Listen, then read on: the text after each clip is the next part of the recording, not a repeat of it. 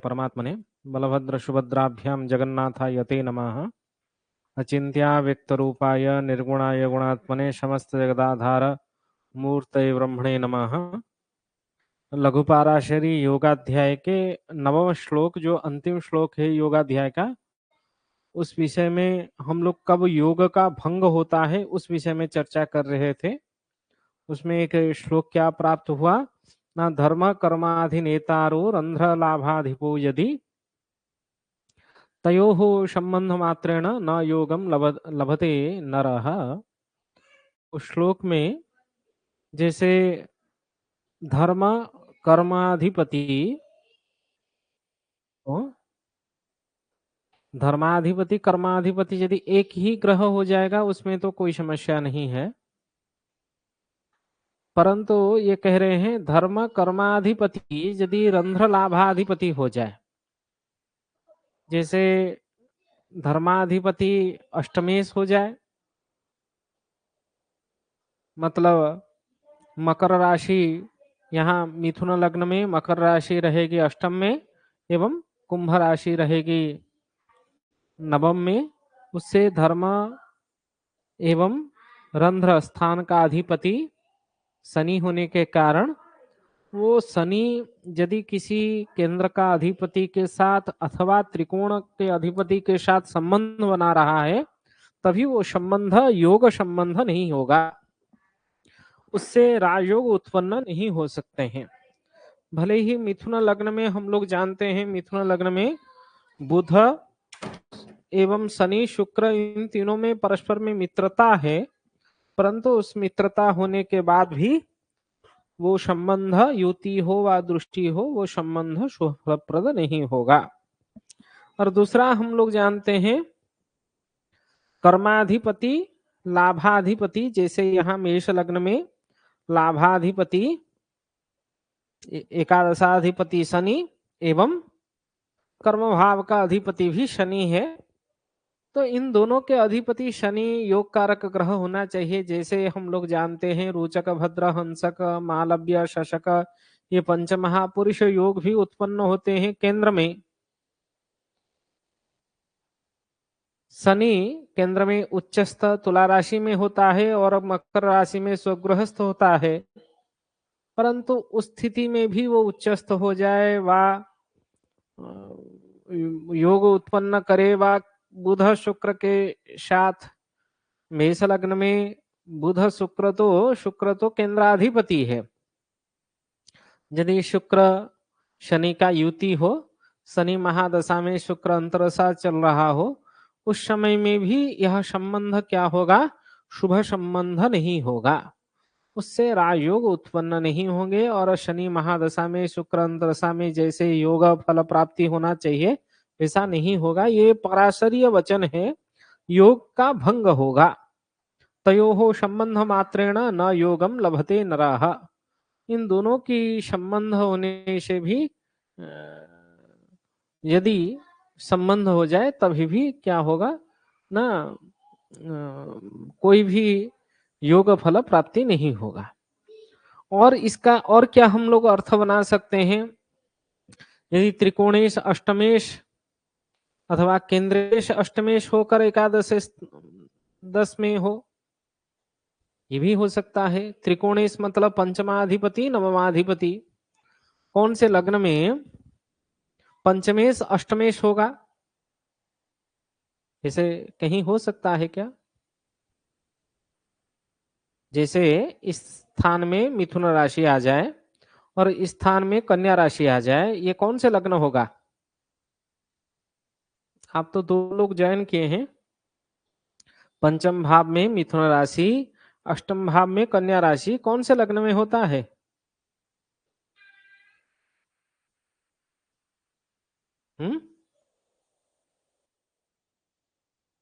कौन से लग्न में?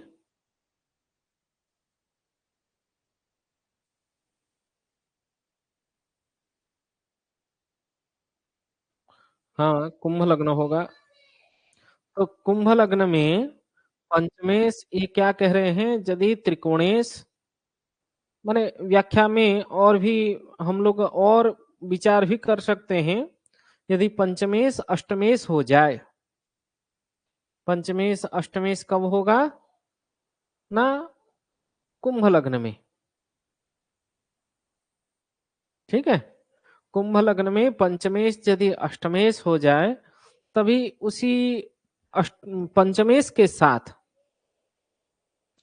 पंचमेश के साथ मतलब बुध के साथ यदि कोई दूसरा एक संबंध बना रहा है, कुंभ लग्न में शनि लग्नेश है, लग्नेश शनि के साथ बुध का संबंध हो, युति अथवा दृष्टि कोई भी संबंध हो, वह स्थान विनिर्मय हो, तो वहां ये कह रहे हैं उस प्रकार की परिस्थिति में भी, मतलब टीकाकार कहते हैं उस प्रकार की परिस्थिति में भी वहां शुभ फल प्रद नहीं होगा, मतलब योग फल प्रद नहीं होगा।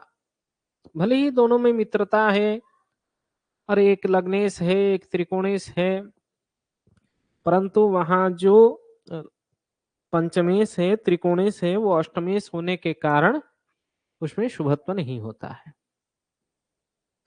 उसी प्रकार यदि कहते हैं केंद्रेश अष्टमेश हो जाए, केंद्रेश अष्टमेश कब होगा? हाँ हाँ, मेष लग्न अभी हम लोग बनाए हैं। मेष लग्न में लग्नेश मंगल एवं अष्टमेश, लेकिन पूर्व कक्षा में हम लोग समझे थे मंगल को अष्टमेश के दोष नहीं लगता है। हाँ, अष्टमेश के दोष यदि मंगल को नहीं लग रहा है तो मंगल तो योग फलप्रद होना चाहिए, परंतु नहीं। भले ही वो अष्टमेश का दोष कारक नहीं होगा, परंतु संपूर्ण शुभ फल प्रद नहीं हो, माने प्रदान नहीं कर सकता है। योग कारक के ग्रह के रूप में हम लोग मंगल को मेष लग्न में ग्रहण नहीं कर सकते हैं, योग फल प्रद नहीं होगा। परंतु जैसे हम लोग चर्चा कर रहे थे मेष लग्न अग्नि तत्व का, मेष लग्न के अधिपति मंगल अग्नि तत्व का, सूर्य भी पंचमेश है और पंचम भाव त्रिकोण संज्ञक भाव है, लग्नेश के साथ उसका मित्रता होता है और मित्रता में सूर्य दशा मंगल की अंतरसा चल रहा हो, उन दोनों में परस्पर में युति अथवा दृष्टि संबंध हो, तो वहां हम लोग क्या विचार करें। जैसे यही मंगल, क्योंकि मंगल का चतुर्थ दृष्टि पूर्ण दृष्टि होता है, मंगल बैठा है द्वितीय भाव में और मंगल की पूर्ण दृष्टि पंचम भाव के ऊपर सूर्य के ऊपर है, तो इन दोनों में केंद्र संबंध भी बन गया है। किन दोनों में? मंगल और एवं सूर्य में, मतलब सूर्य से दसम स्थान में मंगल है और मंगल से चतुर्थ स्थान में सूर्य है, उससे केंद्र संबंध दसम संबंध बना हुआ है। तो मंगल सूर्य के ऊपर प्रभावी है क्योंकि वो लग्नेश है एवं सूर्य से दसम स्थान में बैठा हुआ है। तो उस स्थिति में हम लोग क्या विचार करेंगे, मंगल की महादशा सूर्य की अंतरदशा अथवा सूर्य की महादशा मंगल की अंतरदशा संपूर्ण योग फलप्रद होगा क्या? ना, ये इस नियम के आधार पे नहीं होगा। धर्म कर्माधिनेतारो रंध्र लाभाधिपो यदि तयोः संबंध मात्रेण न योगम लभते नरः।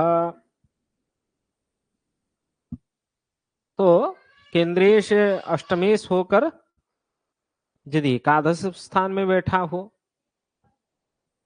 केंद्रेश अष्टमेश होकर यदि एकादश स्थान में बैठे हो, मतलब यही मंगल लग्नेश भी है केंद्रेश भी है अष्टमेश भी है और बैठा कहाँ है? एकादश स्थान में। मंगल का पूर्ण दृष्टि सूर्य के ऊपर एवं सूर्य का पूर्ण दृष्टि मंगल के ऊपर है, मतलब पंचमेश मंगल के साथ मंगल का यहाँ संबंध बन रहा है, तो मंगल की महादशा क्या योग फलप्रद होगा? ना, नहीं होगा, वहां भी नहीं होगा, क्योंकि इसमें जो चार घर को बताया जा रहा है उसमें धर्म कर्म रंध्र लाभ, यहाँ लग्नेश हम लोग ले लिए, परंतु विशेष करके केंद्र के अधिपति में सबसे महत्वपूर्ण स्थान जो होता है वो कौन सा स्थान होता है? दशम भाव होता है, क्योंकि हम लोग पूर्व कक्षा में जब केंद्राधिपति दोष की चर्चा कर रहे थे, वो प्रबलो उत्तर उत्तरम बली व शुभत्व व अशुभत्व का हम लोग चर्चा किए थे। लग्न से अधिक चतुर्थ, चतुर्थ से अधिक सप्तम, सप्तम से अधिक, सबसे अधिक क्या होता है ना, दशम भाव शुभत्व में सबसे अधिक महत्वपूर्ण होता है। तो विशेष करके केंद्राधिपति दोष सबसे अधिक दशम भावाधिपति को लगता है। जैसे त्रिकोणाधिपति में भी प्रबलो उत्तर उत्तर का हम लोग विचार करें तो लग्नेश से अधिक पंचमेश, पंचमेश से अधिक नवमेश। उसी तरह त्रिषणाय में अशुभत्व का विचार हम लोग करते हैं, त्रिषणायाधिपति अशुभत्व होते हैं। तृतीय से अधिक षष्ठेश अशुभत्व होता है, षष्ठेश से अधिक लाभस्थान अशुभत्व होता है। इसलिए हम लोग जब लाभ का विचार करते हैं, लाभ आय स्थान है, लाभाधिपति के साथ द्वितीयाधिपति का संबंध होने से धन आय सब बहुत अच्छा होता है, परंतु लाभ स्थानस्थ ग्रह के द्वारा रोग उत्पन्न भी होता है, उसका भी हम लोग विचार करते हैं, क्योंकि शारीरिक कष्ट प्रदान स्थान जो होता है वो भी आय स्थान होता है, लाभ स्थान होता है। तो ये उत्तरोत्तर अशुभत्व की गुण, शुभत्व होगा तो शुभत्व का गुण, जैसे नवम स्थान जो होता है वो मूल त्रिकोण स्थान, त्रिकोण संज्ञक भाव है। नवम भाव को हम लोग त्रिकोण कहा जाता है, मतलब सबसे अत्यधिक उत्तम स्थान है, क्योंकि वो धर्म स्थान है, धर्म संज्ञक भाव नवम भाव है, एवं उससे भाग्य का भी विचार किया जाता है।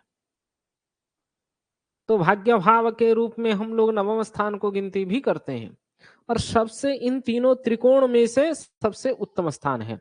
यहाँ इस श्लोक में धर्म, कर्म, रंध्र, लाभ, ये चारों की चारों अपने अपने स्थान में सबसे उत्तरोत्तर बल वृद्धि शुभत्व के विचार में शुभत्व है, अशुभत्व के विचार में भी अशुभत्व है। इसीलिए इनका युक्ति व सिद्धांत को पराशर मुनि लगाए हुए हैं। तयोः संबंध मात्रेण, उनके संबंध से न योगम लभते नरः, कहते हैं केंद्रेश यदि अष्टमेश हो जाए, होकर एकादश स्थान में बैठे हो, तो केंद्रेश और त्रिकोणेश इन दोनों के जो संबंध मात्र से हम लोग योग फल प्राप्ति का विचार कर रहे थे वह घटित नहीं होगा, इसका विचार है। समझ गए प्रसंग को? एक उदाहरण के लिए टीका में एक श्लोक है, कन्या मीन नृयुग्म गैर हरिधनु धनु कुंभ स्थिते ही केचरे ही। लिख लीजिए, कन्या मीन नृयुग्म गैर हरिधनु कुंभ स्थिते ही खेचरैहि सेना मत्त मत्तंगवाजी, सेना मत्तंगवाजी विपुल, ये लघु पाराशरी का श्लोक नहीं है, ये किसी टीका में लिखा हुआ है, किसी अन्य ग्रंथ का है, लेकिन इसको समझ लेते हैं। इसी श्लोक के संदर्भ में यहाँ इस उदाहरण को लिया गया है। कन्या मीन नृयुग्म गैहि खेचरीहि, खेचरीहि तृतीया विभक्ति बहुवचन, ग्रहों के द्वारा, मतलब सभी ग्रहों की बात यहां कर रही है। कन्या मीन नृयुग्म, कन्या तो कन्या राशि, मीन तो मीन राशि, नृयुग्म कहने से मिथुन राशि को नृयुग्म कहा जाता है। तो कन्या, मिथुन एवं मीन राशि में सभी के सभी ग्रह रह जाए,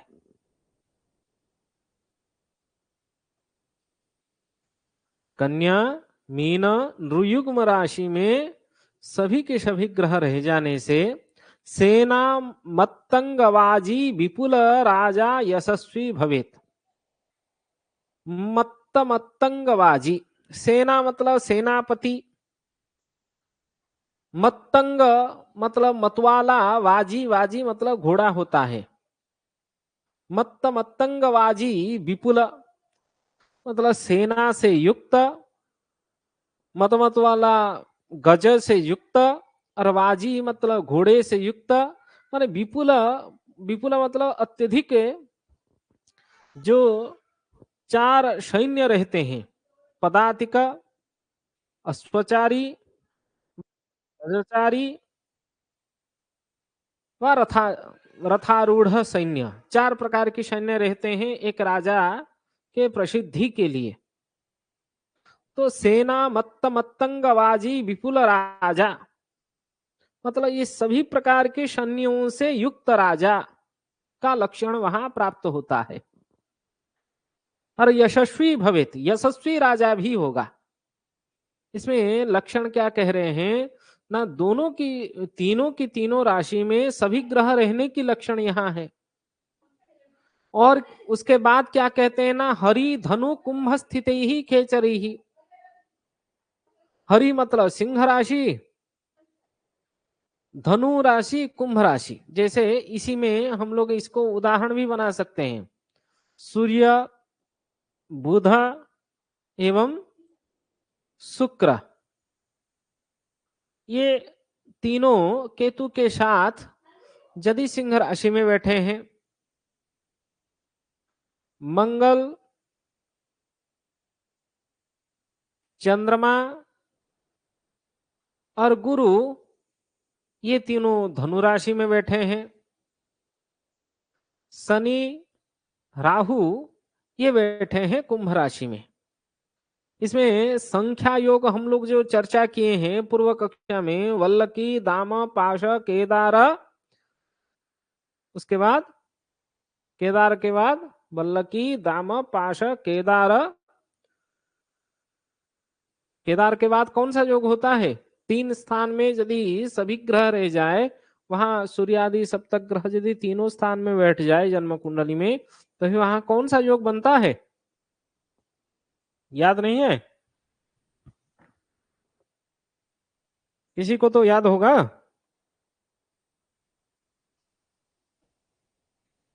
गोल,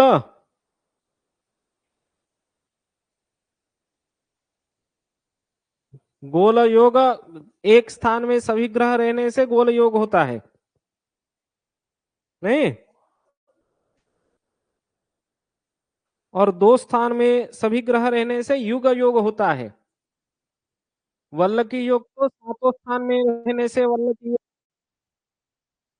शूल योग होगा। हाँ, त्रिशूल वाला 3 शूल शूल योग होगा। शूल योग का फल कथन जब हम लोग पढ़े थे, वो अशुभत्व था व शुभत्व था? शुभत्व, हाँ अशुभत्व था। तो यहाँ लेकिन क्या लक्षण हम लोग पढ़ रहे हैं? कन्या मीना नृयुग्म गईर खेचरैहि सेना मत्त मत्तंगवाजी विपुल राजा यशस्वीर भवेत, ये कह रहे हैं लघु पाराशरी में। तो हर शूल योग का लक्षण फल एक प्रकार के तभी नहीं होगा। आप अनाभस योगाध्याय देखेंगे तो उसमें भी कई योग है जो इस शूल योग का खंडन भी किया जाता है। हाँ, एक तरह से शूल योग का भंग हो गया। उसके बाद कहते हैं हरि धनु कुंभ स्थित ही, ये एक लक्षण हो गया। हरि मतलब सिंह राशि, धनु मतलब धनु, कुंभ राशि, इन तीनों स्थान में सभी ग्रह, अथवा मिथुन, मिथुन, कन्या एवं मीन, मिथुन, कन्या, मीन, इन तीनों में यदि सभी ग्रह रह जाए तभी भी होगा। यहां देखिए एक लक्षण, जैसे सिंह से सप्तम राशि कुंभ और सिंह से 5वां राशि धनु,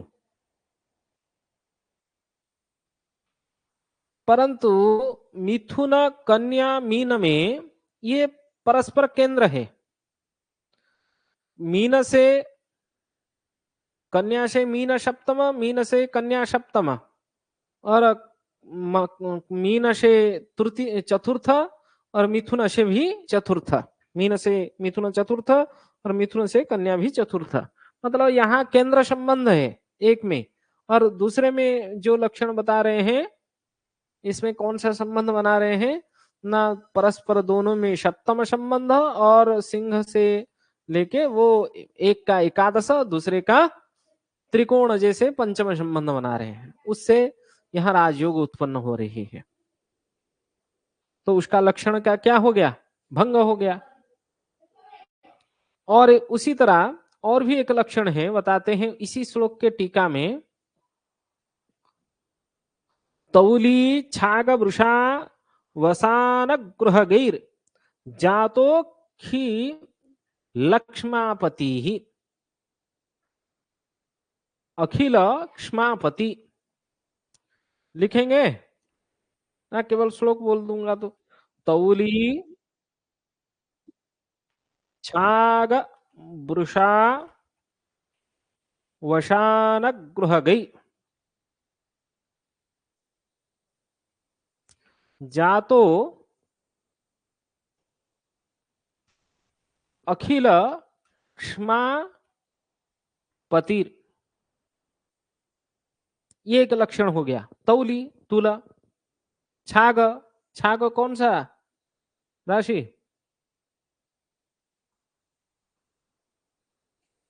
तो मेष राशि को छाग राशि कहते हैं ना। तौली छाग वृष, अवसान, अवसान मतलब अंतिम, मीन राशि। तौली छाग वृषावसान गृह गैर जातो, जातः जो जन्म हुआ है शिशु, वो अखिल क्ष्मापति, अखिल मतलब संपूर्ण, अखिल ब्रह्मांड का राजा, क्ष्मा मतलब राजा, क्ष्मापति व पृथ्वी, क्ष्मा मतलब पृथ्वी, पृथ्वीपति, पृथ्वीपति मतलब राजा, माने बहुत अच्छा, जैसे यशस्वी सारे सैन्यों से युक्त राजा बन जाता है।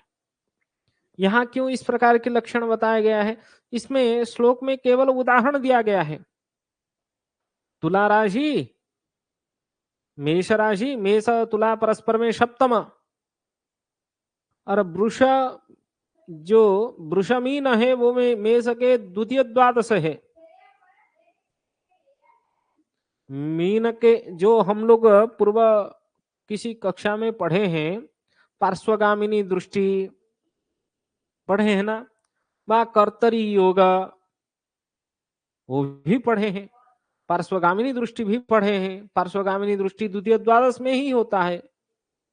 द्वितीय द्वादशस्थ ग्रह भावाधि योग बनाते हैं सप्तम भाव, जैसे सप्तम भाव से यदि 6, 8, 12 में 6, 7, 8 में सभी ग्रह बैठ जाए, शुभ ग्रह बैठ जाए, शुभ अधियोग बनाते हैं। पाप ग्रह बैठ जाने से पाप अधियोग, मतलब सप्तम भाव का जो 6, 7, 8 भाव होगा वो कौन सा होगा,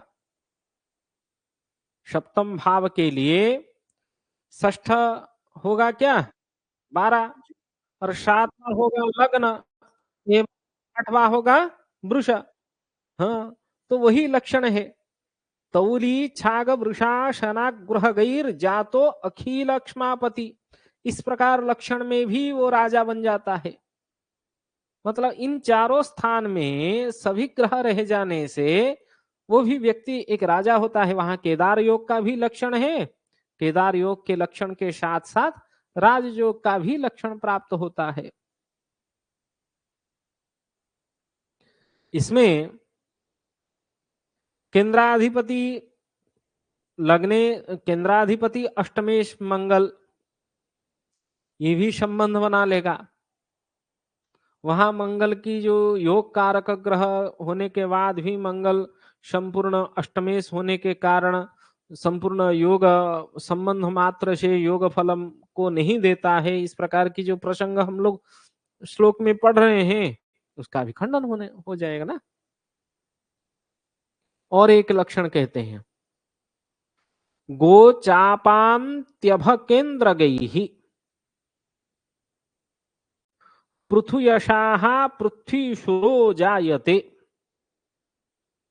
गो चाप अंत्यभ केन्द्रगैः। गो मतलब वृष, चाप मतलब धनु, गो चाप अंत्यभ। यहां भी शूल योग का लक्षण बता रहे हैं, गो चाप अंत्यभ केन्द्रगैः, परंतु यह लक्षण क्या होगा ना, केन्द्रगैः। इनमें से गो तो वृषभ राशि है और चाप धनु राशि है और अंत्य जो है वो मीन राशि है। यदि इन चारों में से दो केंद्र में होंगे, हो सकते हैं धनु राशि मीन राशि, इन तीनों में धनु राशि मीन राशि ही केंद्र में हो सकते हैं, क्योंकि वो दिशोहाव राशि होने के कारण यदि वृष राशि को लग्न मानेंगे वहां तो ये धनु मीना नहीं आएंगे। ठीक है, तो गोचाप अंत्य केंद्र गई ही पृथ्वी यशाहा पृथ्वी सुरो जायते, इसका लक्षण भी कहते हैं राजा बनेगा। उसके बाद और एक लक्षण कहते हैं कन्या मेष तुला मृगेंद्र घटगैर जातो महीपालको। कन्या मेष तुला मृग, मृगेंद्र मृग राशि, मकर राशि, कन्या मेष तुला और मकर, मतलब मेष तुला मकर ये तीनों चर राशि हो गया और एक कन्या आ गया क्या, द्विस्वभाव राशि। और उसके बाद मृग इंद्र घट भी कह रहे हैं, घट मतलब कुंभ राशि। और मृगेंद्र कहने से यहां सिंह राशि को ग्रहण किया जाएगा, मैं गलत कहा। मेष तुला मृगेंद्र, मृग का इंद्र, मृग राजा सिंह है, इसलिए मृगेंद्र कहने से कौन सा राशि होगा ना, सिंह राशि होगा। लिख लीजिए इस श्लोक को, समझ में आ जाएगा। कन्या मेष तुला मृगेंद्र घट गई जातो महीपालको। यहाँ केवल फल लक्षण कह रहे हैं, माने फलादेश का डायरेक्ट कुंडली का लक्षण ही बता रहे हैं टीका में। इस प्रकार लक्षण यदि दृश्यमान हो, मतलब सभी ग्रह इन इन राशियों में हो, कन्या राशि हम लोग बैठा सकते हैं, एक तो यहाँ मृगेंद्र मतलब सिंह राशि और घट मतलब कुंभ राशि, कुंभ राशि में बैठे हैं।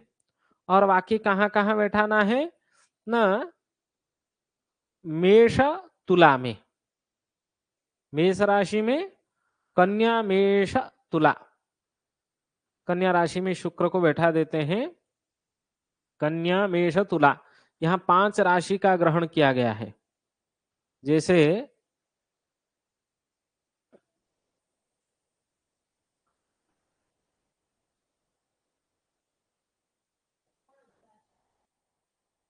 ये लक्षण हो गया, घटित हो गया। देखिए कन्या मेष तुला मृगेंद्र घट गई ही जातो महीपालक।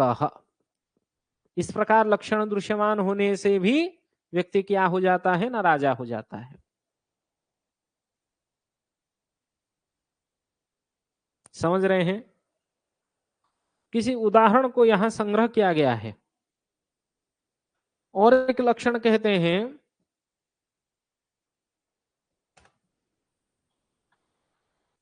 दुश्चिक्य प्रतिभा रसा तलगतिर बौहर्थ देशाधिपाः। दुश्चिक्य प्रतिभा रसा तलगतिर बौहर्थ देशाधिपाः। माने सभी ग्रह, सारे के सारे ग्रह कहाँ बैठे हैं ना, दुश्चिक्य। दुश्चिक्य भाव आप जानते हैं कौन सा भाव है? दुश्चिक्य भाव, दुश्चिक्य संज्ञ का भाव थोड़ा बहुत हम लोगों को श्लोक भी माने भावों का संज्ञा भी आना चाहिए। दुश्चिक्य भाव भाव जो है वो तृतीय भाव है। दुश्चिक्य भाव क्या है? प्रतिभा। प्रतिभा स्थान कौन सा होता है? किस भाव के द्वारा व्यक्ति का प्रतिभा वृद्धि होती है?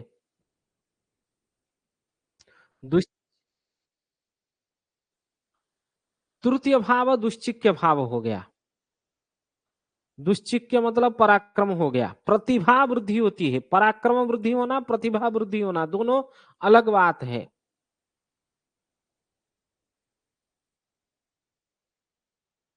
हाँ, पराक्रम भाव तृतीय भाव है, जिसका संज्ञा दुश्चिक्य भी है, जिसका संज्ञा सहज भी है। हाँ, सहोदर स्थान व भातृ स्थान, पराक्रम स्थान, विक्रम स्थान के रूप में हम लोग जानते हैं तृतीय भाव को। दुश्चिक्य संज्ञक भाव है। परंतु प्रतिभा वृद्धि पंचम भाव से होती है, जहां विद्या बुद्धि तंत्र मंत्र ज्ञान से निपुण स्थान जो होता है वो पंचम भाव है। दुश्चिक्य प्रतिभा रसातल गति। रसातल जानते हैं कौन सा भाव है? लिखना है तो लिख लीजिए। चतुर्थ भाव को रसातल कहते हैं। पाताल लग्न, खमध्य लग्न चतुर्थ भाव, मतलब मध्यान्ह का समय चतुर्थ भाव से, दशम भाव से हम लोगों को पता चलता है। क्षम्यता, दशम भाव से मध्यान्ह का समय ज्ञान होता है और चतुर्थ भाव से मध्यरात्रि का ज्ञान होता है। इसीलिए पाताल व रसातल ये चतुर्थ भाव का संज्ञा है। चतुर्थ भाव का कई सारे संज्ञा है। वाहन, भूमि, मातृ, सुख, सुहृत, बंधु, कई सारे संज्ञा है। उसमें चतुर्थ भाव का एक संज्ञा क्या है ना, रसातल अथवा पाताल, याद रखना है आप लोगों को। दुश्चिक्य प्रतिभा रसातल गतिर बहुअर्थ देशाधिप। बहु अर्थ, बहु अर्थ मतलब बहुत धन धान्य युक्त होगा। बहु देश का अधिपति भी होगा, मतलब अनेक सारे देशों का यदि अधिपति होगा, जैसे प्रधानमंत्री, अनेक सारे राज्यों का जो प्रमुख होते हैं वो एक प्रधानमंत्री होते हैं। सभी राज्यों के ऊपर उनका अधिकार रहता है। तो अनेक देशों का अधिपति हम लोग कह सकते हैं। इससे क्या अर्थ लगाते हैं ना, तृतीय चतुर्थ पंचम, यहां भी त्रिशूल योग माने शूल योग है, शूल योग का लक्षण है। परंतु तृतीय चतुर्थ पंचम स्थान में सभी ग्रह रह जाने से यहां भी क्या कह रहे हैं ना, महिपालक योग बना रहे हैं, राजयोग बना रहे हैं। समझ रहे हैं बात को? मतलब कंटिन्यू होने के कारण एक तो परस्पर केंद्र संबंध से भी योग उत्पन्न होते हैं, मतलब दृष्टि हो जाता है परस्पर सप्तम संबंध से, और नवम पंचम से भी संबंध बन रहे हैं लक्षण में। इसी तरह यदि माने कंटिन्यू तीन ग्रह घर में तीनों स्थान में ग्रह बैठ जाए, यहाँ तृतीय भाव में, चतुर्थ भाव में, पंचम भाव में, तो इस तीनों स्थान में बैठने के कारण ये जो तीनों लाभ, कर्म एवं भाग्य, ये तीनों सबसे महत्वपूर्ण स्थान है। इसके ऊपर पूरा पूरा दृष्टि चला जाता है। तृतीय भाव में बैठने वाला ग्रह का पूर्ण दृष्टि निश्चित रूप में सप्तम दृष्टि तो पूर्ण दृष्टि होगा तो नवम भाव भाग्य स्थान के ऊपर हो जाएगा जो धर्म स्थान है। चतुर्थ भाव में बैठा हुआ ग्रह दशम स्थान को पूर्ण दृष्टि से देखेगा। पंचम भाव में बैठा हुआ ग्रह एकादश लाभ स्थान को पूरा पूरा पूर्ण दृष्टि देगा। तो राजा कैसे नहीं बनेगा वहां, तो वहां भी राजयोग प्राप्ति होगा। तो हम लोग केवल शूलयोग के लक्षण को अशुभत्व के रूप में फलादेश में ना गिनती करें। इसी प्रकार उल्टा दे, नवम दशम एकादश स्थान में यदि सभी ग्रह बैठ जाए वहां भी राजयोग उत्पन्न होगा। जैसे अभी हम लोग विचार क्या कर रहे थे ना, द्वितीय लग्न द्वादश स्थान में सभी ग्रह बैठे हो एवं सप्तम स्थान में, वहां तो भाव का चर्चा हम लोग नहीं किए। हम लोग कौन सा चर्चा, किसका चर्चा किए ना, राशियों की, मेष वृष मीन एवं तुला राशि का संज्ञा विषय चर्चा किए। लेकिन अभी जो चर्चा हम लोग कर रहे हैं किसका ना, भावों का। ठीक है, दुश्चिक्य प्रतिभा रसा तलगतिर बहुअर्थ देशाधिपः, याद रखना है। दुश्चिक्य प्रतिभा रसा तलगतिर बहुअर्थ देशाधिपः। इसके बाद कहते हैं खेटा विक्रम बंधु पुत्र गृहगा दो वित्त धर्म स्थितु शेषु लग्न कलत्र राशि सहितु राजा भवेत् धार्मिकः। इस श्लोक को भी आप लिख सकते हैं। क्या है ना, खेटा विक्रम, खेटा बहुवचन है, बंधुपुत्र गृहगा दो वित्त धर्मा स्थितु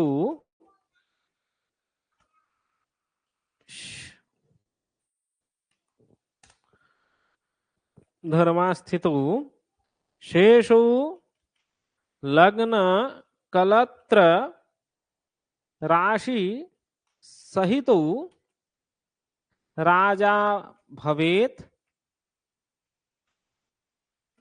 धार्मिकः। इसमें बहुत सारा प्रसंग हो गया। पहले तो कह दिए विक्रम, विक्रम तृतीय भाव है, बंधु वही चतुर्थ भाव है, पुत्र पंचम स्थान है। तो 3 4 5 में ग्रह बैठे हो, बहुवचन का प्रयोग किया गया है। 3 4 5 में ग्रह बैठे हो। वित्तेश धर्म स्थितु, वित्त धर्मा स्थितु दो ग्रह, एक ग्रह बैठा हो वित्त स्थान में मतलब द्वितीय स्थान में, और एक ग्रह बैठा हो कहा ना, धर्म स्थान में नवम भाव में। शेषु लग्न कलत्र राशि सहितु, और बाकी जितने बच गए लग्न में, यहां हम लोग राहु केतु को भी ले सकते हैं क्योंकि 1 2 3 4 5 लग्न मतलब लग्न, कलत्र मतलब सप्तम भाव में। समझ रहे हैं? जैसे यहां मैं कुंडली बना लेता हूं, बुध बैठा है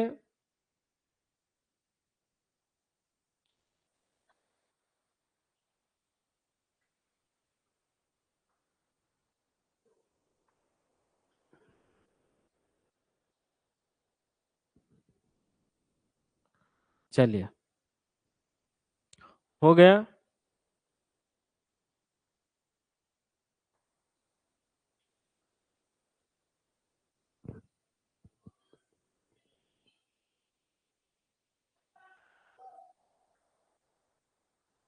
हो गया लक्षण।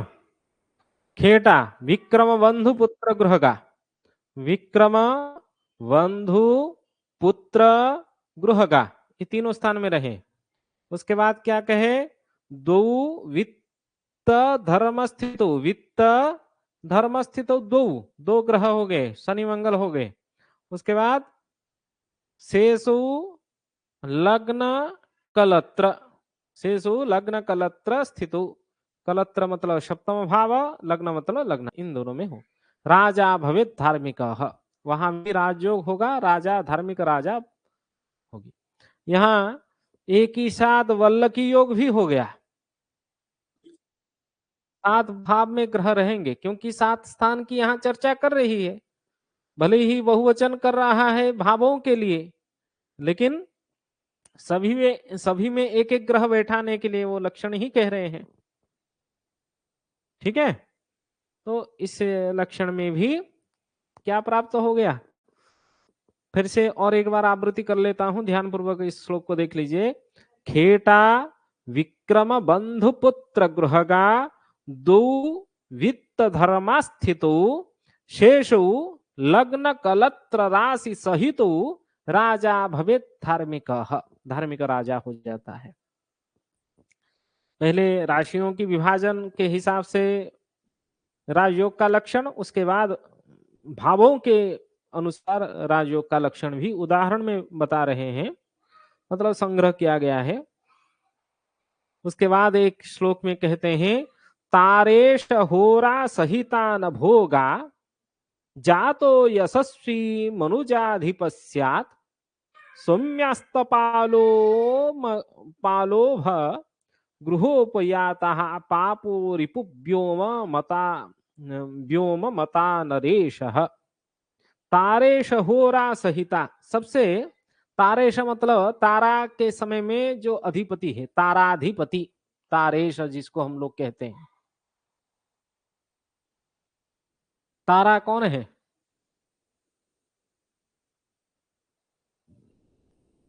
तारेश कौन हो गया? चंद्रमा हो गया ना। हाँ, होरा विचार आप लोग पढ़े होंगे। एक राशि में 2 होरा होते हैं, एक सूर्य होरा, दूसरा चंद्र होरा। तो चंद्र होरा मतलब यदि होरा कुंडली में कर्क राशि में सभी ग्रह बैठ जाए, किसी कुंडली में कर्क राशि में सभी ग्रह बैठ जाए, तारेश होरा सहिता, नभोगा, नभ उगा माने आकाश में जो चलते हैं उसको नभोगा कहते हैं। तो सभी ग्रह यदि चंद्रमा के होरा में रह जाए, वहां भी जातक जो जन्म होगा वो यशस्वी होगा। याद रखना है, केवल लक्षण को याद रखने से ही हो जाएगा। सभी ग्रह यदि चंद्रमा के होरा में बैठ जाए, उस प्रकार की कुंडली देखना कभी कभार होता है, कुंडली प्राप्त होता है, लेकिन हम लोगों को याद रखना है कभी हो सकता है ऐसे लक्षण। उदाहरण हम लोग कलेक्शन करेंगे तो प्राप्त हो जाएगा। तारेश होरा सहिता न भोगा जाता यशस्वी, यशस्वी मनुजाधिपस्यात्, मनुष्यों का अधिपति होता है, यशस्वी होगा और मनुष्यों का अधिपति होगा, मतलब राजा होगा, यशस्वी राजा होगा। वहां भी क्योंकि हम लोग धन संपत्ति का विचार होरा से करते हैं, होरा कुंडली से धन संपत्ति का विचार करते हैं। जितने अधिक ग्रह चंद्रमा के होरा में बैठ जाते हैं, उतना हम लोग क्या कहते हैं, भाई निश्चित इसके पास अधिक से अधिक धन संपत्ति रहेगा, उसमें कोई समस्या नहीं है। जन्म कुंडली में यदि धन योग हो एवं चंद्रमा के होरा में जैसे सभी शुभ ग्रह आ जाए और अधिक से अधिक ग्रह बैठ जाए चंद्रमा के होरा में, चंद्र भी चंद्र होरा में मतलब कर्क राशि में होरा कुंडली में बैठ, सभी को होरा कुंडली पता है ना, होरा दृष्टांत नवांश द्वादशांश त्रिंशांश, ये वर्ग कुंडली यदि पता होगा ये समझ जाएंगे, नहीं तो एक एक करके कुंडली भी समझा दूंगा कभी, यदि उसमें संशय हो तभी प्रश्न कर लेना है। वर्ग कुंडली समझना जरूरी है, क्योंकि फलादेश में बहुत उपयोग होता है। गृह होरा दृष्टान नवांश द्वादशांश त्रिंशांश सप्तमांश वर्ग, षोडश वर्ग कुंडली व षड वर्ग कुंडली व 10 वर्ग कुंडली, षोडश वर्ग कुंडली का फलादेश बहुत उपयोग होता है, और हम लोग षष्ट्यंश कुंडली का भी फलादेश में बहुत उपयोग करते हैं। तो होरा में, होरा कुंडली में, चंद्रमा की होरा में जितने अधिक ग्रह होंगे उतना अधिक धन संपत्ति व्यक्ति के पास होता है। परंतु कुंडली में धन योग हो, द्वितीयाधिपति पंचमे पंचमाधिपति बृहस्पति बुध शुक्र लाभाधिपति, इन सभियों की स्थिति को संबंध को हम लोगों को बारीकी से एक बार नजर डाल देना चाहिए, धन योग है या नहीं है उसके लिए। ठीक है, तो आज इतने ही रखते हैं विषय। किसके मन में कोई प्रश्न हो, जिज्ञासा हो, पूछे, नहीं तो आज की कक्षा को ही विराम दें। चलिए, धन्यवाद है। कोई प्रश्न नहीं है तो चलिए।